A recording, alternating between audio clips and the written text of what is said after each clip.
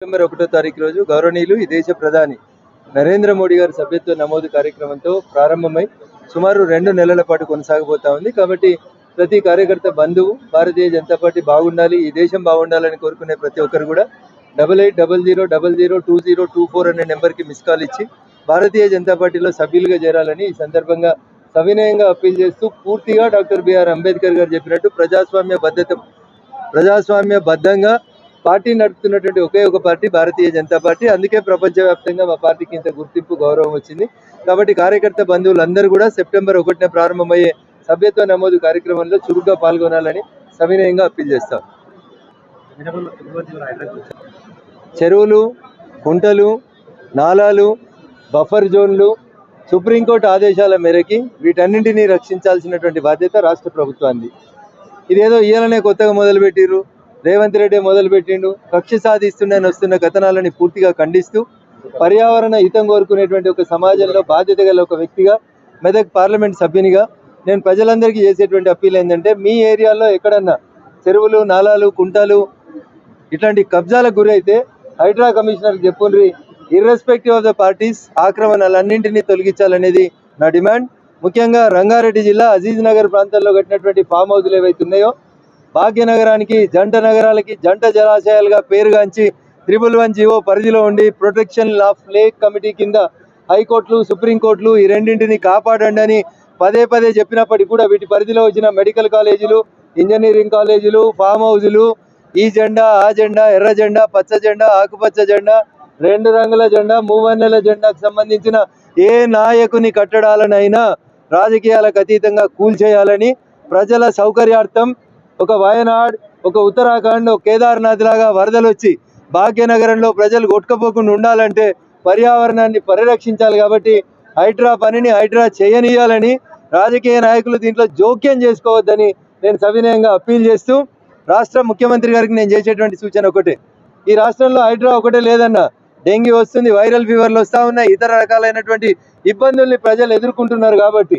హైడ్రా మంచిది, హైడ్రా కొనసాగించుండ్రి. హైడ్రాకి ఎవడన్నా అడ్డం వస్తే జేసీబీలు, ఇటాచీలు ఎక్కిండ్రి. దాంతోపాటు డెంగ్యూ జ్వరంతో ఇబ్బంది పడుతున్న పిల్లల్ని, గరీబోళ్ళని, వైరల్ ఫీవర్స్ ఒక్కొక్క బెడ్ మీద ముగ్గురు పేషెంట్లు పడుకుంటారు. డేట్ అయిపోయిన సలైన్ ఎక్కిస్తే పేషెంట్లు చచ్చిపోతున్నారు. అయ్యా ముఖ్యమంత్రి గారు, దీని మీద కూడా మీరు స్పందించుండ్రి.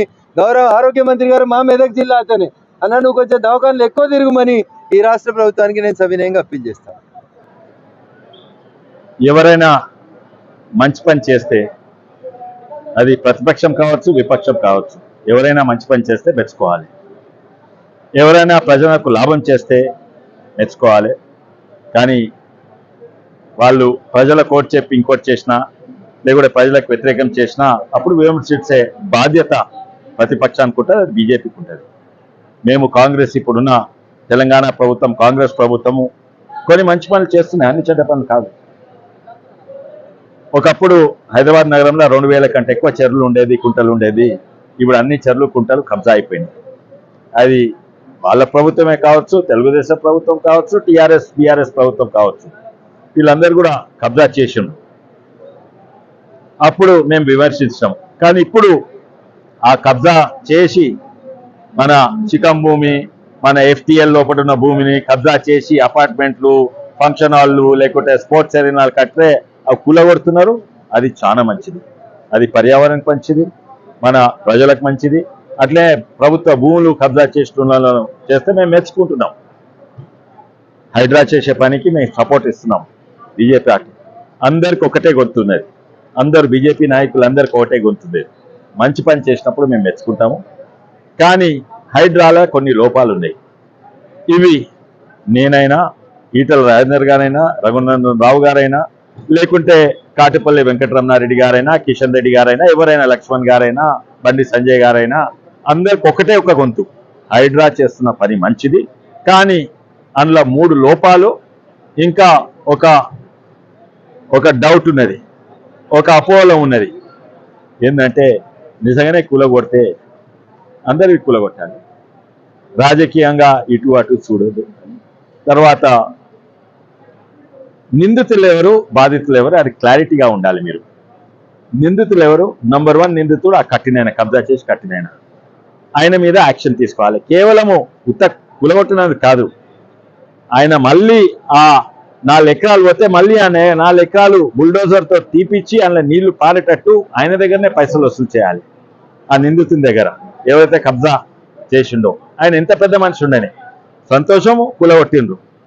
సెకండ్ ఏంటంటే ఇంకో నిందితుడు ఎవరు, అధికారులు పర్మిషన్ ఇచ్చారు, వాళ్ళ మీద కూడా యాక్షన్ తీసుకోవాలి. మూడోది ఏంటంటే బాధితులు ఎవరో గుర్తించాలి. ఒకవేళ అపార్ట్మెంట్ కట్టించిన బిల్డర్ నిందితుడు, కానీ కొన్నైనా బాధితుడు, పేదోళ్ళు, ఇన్కమ్ మిడిల్ ఇన్కమ్ గ్రూప్ ఉంటుంది, ఏమంటారు, వాళ్ళకి పరిష్కారం చూపెట్టే బాధ్యత కూడా హైడ్రా తీసుకోవాలి. కూలగొట్టింది సరే, ఇప్పుడు వాళ్ళు ₹1,00,000 అడ్వాన్స్, 10 లక్షల రూపాయలు అడ్వాన్స్ ఇచ్చి అపార్ట్మెంట్ కట్టిండు, ఆ 10 లక్షలు వసూలు చేసి ఆయన చేతిలో పెట్టే బాధ్యత కూడా మీదే. ఈ 3 లోపాలు ఉన్నాయి. ఒక అపోహలు ఏమేముందంటే ఇది కేవలం రాజకీయంగా ఓన్లీ టార్గెట్ చేసేందుకు ఇతర పార్టీలను వెంట పడ్డారని, అదో అపోహలో ఉంది. ఇప్పటి వరకైతే కాలేదు, ఎందుకంటే నాకు తెలుసు కాంగ్రెస్ పార్టీ నాయకుడిని కూడా కూలగొట్టిండు, కానీ అది అపోహలం ఉన్నది ఇంకా. అందుకే అది క్లారిటీగా కూలగొడుతూనే ఉండండి కంటిన్యూస్గా, పార్టీలు చూడకుండా ఏం చూడకండి.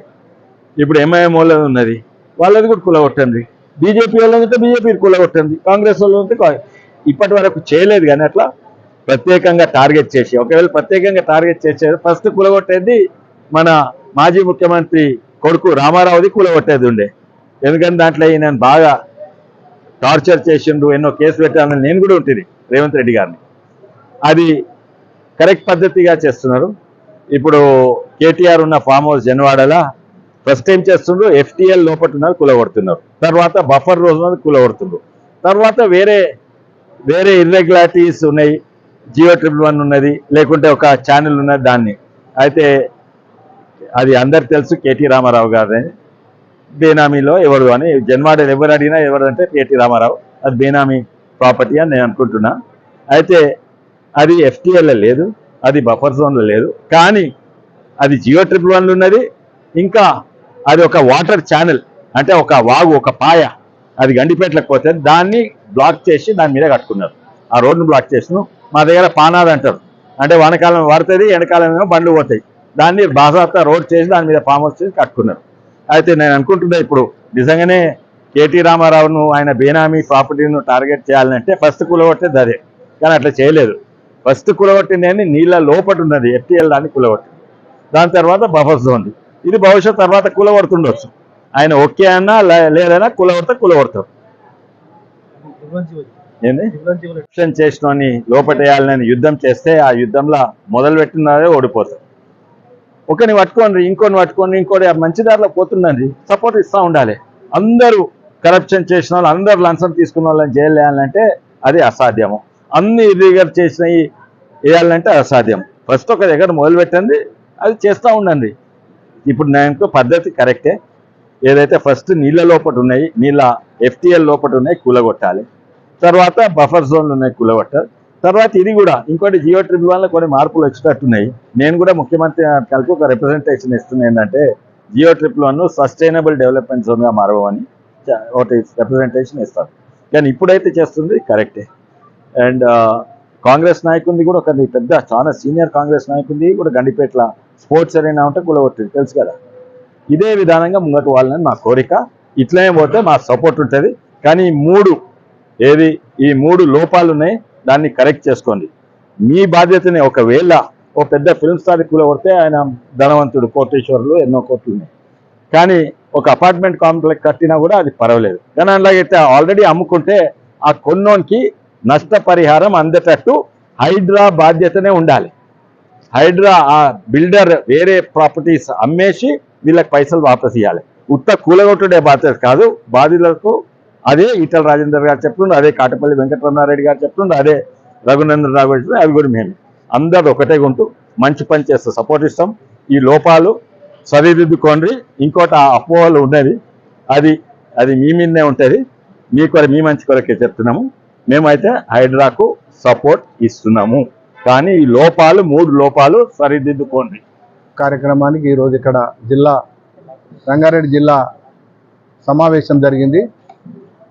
ఈరోజు జరిగిన సమావేశంలో భారతీయ జనతా పార్టీ గ్రామం వెళ్ళి మెంబర్షిప్ కార్యక్రమాన్ని చేపట్టాలనే ఆలోచనతోని ఈ కార్యక్రమాన్ని ఏర్పాటు చేసినాం. దీంట్లో అందరికీ కూడా సూచనలు ఇవ్వడం జరిగింది.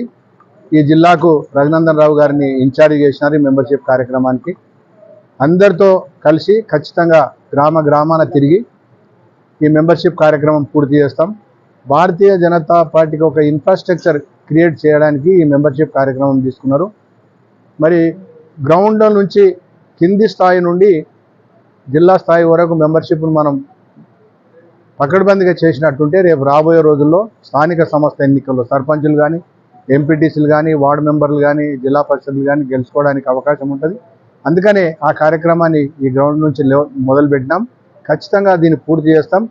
పార్టీ ఏదైతే టార్గెట్ ఇచ్చిందో ఆ టార్గెట్ను రంగారెడ్డి జిల్లా వ్యాప్తంగా చేసి పూర్తి చేస్తామని చెప్పి నేను తెలియజేసుకుంటాను. మనం చూసినట్టుంటే ఈ హైడ్రా ఏదైతే గండిపేటలో అనేక భవనాలను కూల్చివేయడం జరిగింది.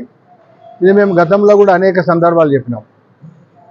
ఏదైతే తాగునీరు మనకు హిమాయసాగర్, గండిపేట ఈ రెండు కూడా ఒకనాడు సాగునీరు ఉండేది. అప్పుడు సాగునీరు తీసేసి ఇప్పుడు కేవలం తాగునీరు కొరకు హైదరాబాదు, సికింద్రాబాద్ కొరకు వాడుతున్న ఈ ప్రాజెక్టును మరి కలుషితం అవుతూ ఉన్నది.